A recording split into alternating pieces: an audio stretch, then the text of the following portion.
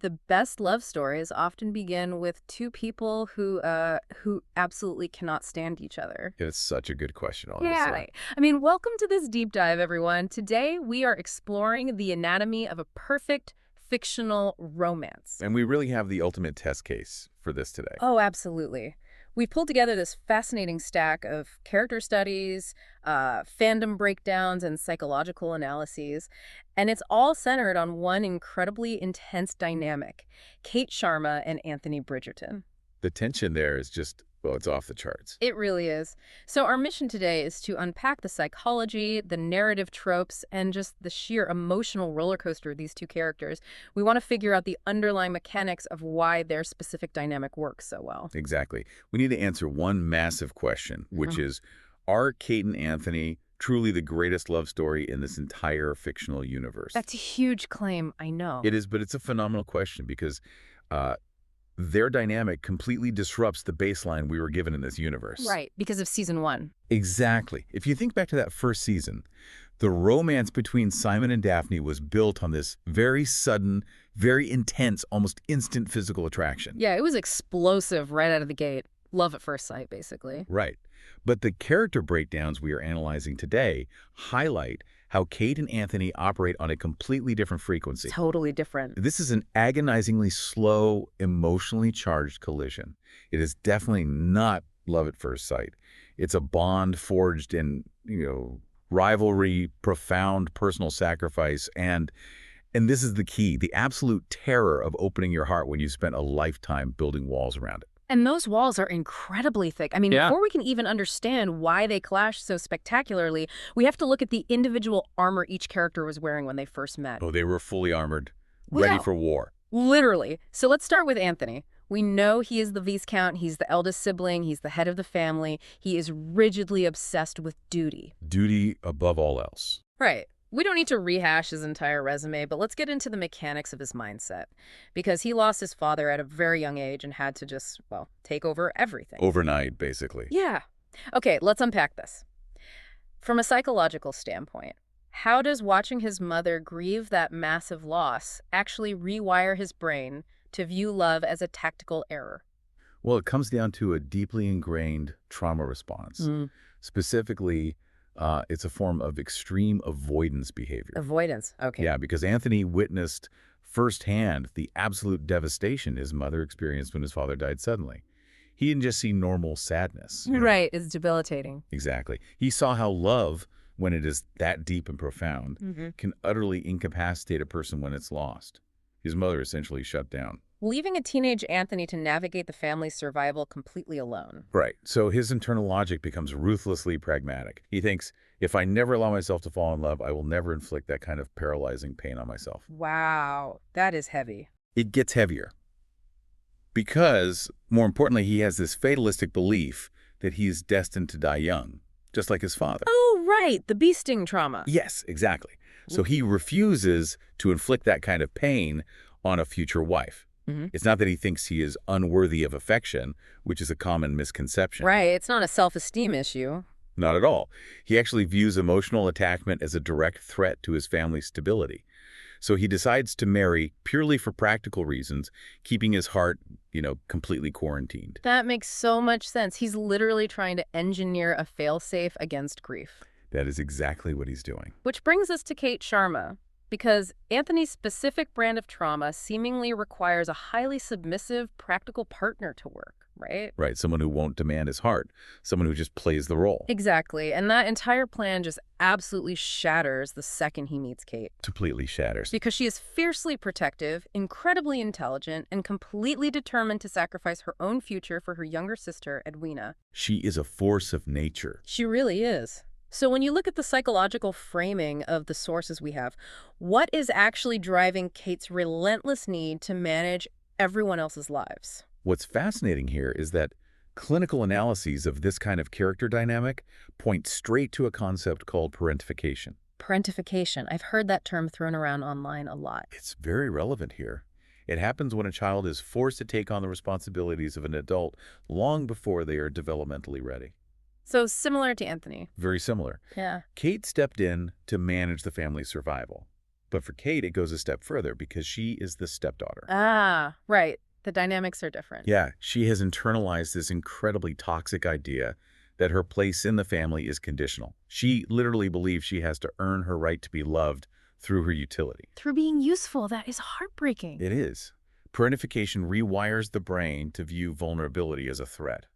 If Kate stops being useful, if she actually admits she has desires of her own, she subconsciously fears she will be abandoned. So she just erases herself from her own narrative. Exactly. She hyper-focuses on Edwina so she doesn't have to look at herself. I mean, if you as a listener have ever been the quote-unquote responsible one in your friend group or your family, you know exactly how exhausting Kate's armor is to wear. It is deeply You exhausting. convince yourself that managing everyone else is an act of love when really it's a way to maintain control so you don't have to face your own needs. Precisely. And Yeah. that is why their initial clash is so spectacular. They don't just dislike each other. No, they are like two rival generals on a battlefield who don't realize they are using the exact same strategy. That is a perfect analogy. They look at each other and they recognize their own most exhausting, heavily defended traits in the other person. It's like looking in a really unflattering mirror. Yeah, it's an incredibly confronting psychological mirroring. They thought they were opposites, but their clash was actually born from this shared stubbornness, this pride, and just an overwhelming sense of responsibility. So, because they both operate on this parentified trauma, their initial interactions are just pure friction. Sparks everywhere. And that friction perfectly tees up one of television's absolute favorite tropes, which is, of course, enemies to lovers. Always the elite trope for a reason. It really is, but it's the mechanics of this romance that really hook people. I mean, fans online have dissected every single microexpression between these two. Every single glance. Literally, the prolonged eye contact, the rigid body language. They are standing 2 feet apart but look like they are fighting a hurricane just to stay still. The unspoken emotions are just deafening in those scenes. So why do audiences love slow burn romances so much? I always compare their dynamic to shaking up a soda bottle. A soda bottle, okay. Yeah, like the strict emotional restraint, the fact that they absolutely refuse to give in to the attraction is exactly what acts as the cap. It just builds this explosive pressure of chemistry. Well, I see where you're going with the soda bottle. I agree about the pressure, but that analogy actually misses a crucial element of their psychology. Oh, really? How so? Because a soda bottle is passive. You shake it, and the pressure just builds on its own. But Kate and Anthony aren't just the soda being shaken. They are actively trying to reinforce the bottle themselves. Oh, I see. It's an active, exhausting psychological defense. It's not just passive pressure. A better way to visualize their dynamic, and the source materials touch on this, is a Chinese finger trap. Oh, wow. I love that. A finger trap. Right. Think about how a Chinese finger trap works. The harder you pull away out of panic, the tighter the woven trap grips your fingers. Yes, because you're fighting it. Exactly. Anthony and Kate are constantly panicking at their loss of control, so they aggressively pull away from each other. They double down on their duties. They make rash decisions to prove they don't care. Like Anthony proposing to Edwina. Exactly. The ultimate panic move. Mm-hmm. But every time they try to pull away, the emotional bond just traps them tighter. Because the only way out of a Chinese finger trap is to actually stop fighting, lean in, and surrender control. Yes. But for two parentified adults, surrendering control feels like death. That perfectly explains the physical tension we see on screen. The audience is watching two people caught in this trap, pulling as hard as they can in opposite directions. And that creates a massive delay in gratification. Which audiences eat up? From a neurochemical standpoint, why is that delay, that agonizing slow burn, so much more satisfying for an audience to watch? It comes down to how dopamine functions in the brain. We often think of dopamine as the reward chemical, but it's actually the anticipation of reward chemical. Wait, really? It's about the anticipation. Yeah, exactly. When you watch a slow burn romance, the prolonged eye contact, the hands that hover millimeters apart but never touch, the sharp banter, all of that triggers a sustained release of dopamine. You're just constantly waiting for the payoff. Right. The audience is constantly anticipating the resolution. In a modern landscape where media often rushes to the payoff, watching characters genuinely physically struggle against their own desires creates this compounding psychological thrill. So by the time they actually give in, the audience's emotional investment is at its absolute peak. You've been drip-fed dopamine for hours. The release is euphoric. But the thing keeping them from giving in isn't just their own stubbornness, right? That cap keeping the pressure in is the crushing weight of societal and family The expectations. ultimate roadblock. Exactly. This is the core conflict of the relationship, duty versus desire. It always comes back to that. Anthony rigidly believes duty comes before love. Kate firmly believes family comes before herself. But here's where it gets really interesting, because I have to push back on the romance of it all for a second. Okay, let's hear it. When you really step back and look at it, can love actually survive when both people flat out refuse to put themselves first? Isn't that just a recipe for mutual self-destruction? It is incredibly destructive, yes. I mean, they are essentially martyring themselves, and they nearly destroy Edwina and everyone else around them in the process. It's almost toxic. If we connect this to the bigger picture, you are hitting on the exact reason their story is so compelling. What you are describing is severe cognitive dissonance. Cognitive dissonance. Okay, explain that in this context. Both Kate and Anthony reach a point where their deepest biological and emotional desire, which is to be with each other, fundamentally opposes their core identity. Because their core identity is built entirely on self-sacrificing duty. Exactly. And when those two massive forces collide, the human brain cannot sustain the contradiction.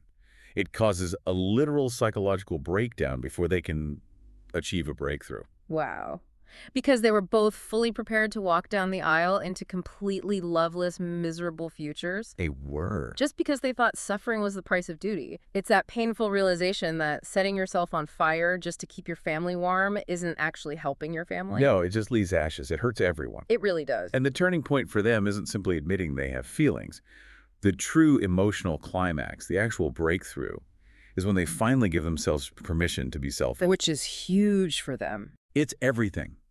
For someone who has spent a decade managing a family's estate or managing a sister's marriage prospects, choosing your own happiness feels like a fundamental betrayal of your identity. So the romance elevates from a simple love story into a profound psychological shift. Right. The obstacle isn't a villain twirling a mustache. The obstacle is their own deeply ingrained trauma. Which leads to a uniquely mature romance. This hard-fought battle to balance duty and desire is it's so compelling. This isn't a fairy tale infatuation. Not at all. This is two people dismantling their entire worldview just to hold hands. It's beautiful, honestly. It is. But part of our mission today is to see how this equal partnership stacks up against the other defining couples of the Bridgerton universe. Yes, let's compare. Let's start by contrasting them deeply with Simon and Daphne from season 1. How do the mechanics of their romance differ from what we just unpacked? Well, Daphne and Simon's arc is fundamentally a coming-of-age story. Right. She's very young, very sheltered. Extremely sheltered. Their story is deeply tied to shedding naivete and discovering physical intimacy. Because Daphne enters the marriage market with very little understanding of the real world, or even her own biology, their conflict often stems from a lack of communication rooted in innocence. They just don't know any better. Yeah, they are, in many ways, learning how to be adults while simultaneously learning how to be in a relationship. Whereas Kate and Anthony are definitely already adults. Oh, they're already weary, battle-tested adults. They aren't naive. Their communication issues don't stem from innocence. They stem from a hyper-awareness of the stakes. That is a really sharp contrast. Yeah. When Kate and Anthony finally do communicate, it isn't about discovering the world, it's about surviving it. It's the raw honesty of two people who have been managing crises for years. You have the innocence of discovery versus the exhaustion of experience. Perfectly said. And then, if we contrast Kanthony's fiery enemies to lovers tension with Colin and Penelope's dynamic, which is coming up, the sources highlight Colin and Penelope as the quintessential friends to lovers trope. A completely different vibe. Totally different. How does that psychological journey impact the audience differently? Well, friends to lovers triggers a completely different neurochemical response in the audience. Wait, really? Back to the brain chemistry. Always back to the brain chemistry. Where enemies to lovers is fueled by adrenaline and the dopamine of anticipation, friends to lovers is built on oxytocin. Oxytocin, the bonding hormone. Exactly. It's the chemical of bonding, safety, and long-term affection. Colin and Penelope's journey is about realizing that the psychological safety you've been seeking has actually been sitting right next to you the whole time. It offers this warm, simmering comfort. It does. It's the realization of what is already there. Whereas Kate and Anthony are about colliding with a brick wall you didn't see coming. Right. It's a shock to the system versus a slow realization. And we look even further into the broader universe, and the narrative studies touch on this regarding Benedict and Sophie, without spoiling the storylines for new viewers. That dynamic is built fundamentally around external societal structures. Like class and identity. Yes. It explores class divides and acceptance. Every couple in this universe serves a specific narrative purpose, exploring a different facet of how love forces us to grow. So what does this all mean when we zoom out? That's the big question. When we look at this whole landscape, the sudden spark of coming of age, the warm safety of friends to lovers, the societal battles of class, does the shared healing and the fierce equal respect of Kate and Anthony make them the definitive couple? Is their trauma bond the peak of this fictional universe? Well, this raises an important point about what audiences ultimately value in a partnership. Okay, what do the sources say? The consensus across these character studies is that Kate and Anthony resonate so deeply because they offer a very specific, profound fantasy. What fantasy is that? The idea that sometimes the strongest, most guarded, most hyper-independent people are the ones who most desperately need to be seen. Oh, wow. They prove that you don't just need a lover, you need an equal. Someone who can look at your overwhelming burden and say, I can carry this with you. That is so powerful. It is. They challenged each other, they forced each other out of that Chinese finger trap, and they healed together. For an audience, watching two parentified adults finally allow themselves to be taken care of is just an incredibly cathartic experience. It really is the ultimate fantasy for the chronically responsible listener, isn't it? Absolutely. The dream that someone will come along, look at your color-coded spreadsheets of obligations and say, I see how tired you are. Let me share the load. Yeah, let me take care of you for once. When we synthesize the core takeaways from all this source material, the life lessons hidden inside this period drama are actually incredibly relevant to modern life. They really are. First, true love requires deep, often terrifying vulnerability. You simply cannot armor yourself against pain without also armoring yourself against joy. And giving up that armor is a bitter pill. But the lesson is that relinquishing control is the only path forward. Because you can't control everything. You can't. You cannot control every outcome, no matter how hard you try to micromanage your family's future or engineer a failsafe against grief. It just doesn't work. Exactly. And finally, there is this realization that family expectations and personal love do not have to be a zero-sum game. Right. They don't have to compete. You don't have to be a martyr to be a good sibling. Healing alongside someone is entirely possible. It's a powerful testament to the idea that a healthy relationship doesn't ask you to diminish your own needs for the sake of duty. It actually empowers you to drop the exhaustion of being the strong one all the time. Which brings us to one final provocative thought for you, the listener, to mull over. Let's hear it. We've explored the instant spark of naivete, the deep safety of friendship, and the agonizing trap-like tension of duty versus desire. Based on the ultimate prompt from our sources, I want you to ask yourself this. Think about this one carefully. If you could only rewatch one of these relationship dynamics for the rest of your life, which couple would you choose? And more importantly, what does that choice reveal about what you secretly value most in your own relationships? That is a great question to end on. Because, as we've seen today, sometimes the greatest love stories really do begin with two people who look at each other, see a mirror image of their own deepest fears, and initially decide they absolutely cannot stand what they see. Until next time.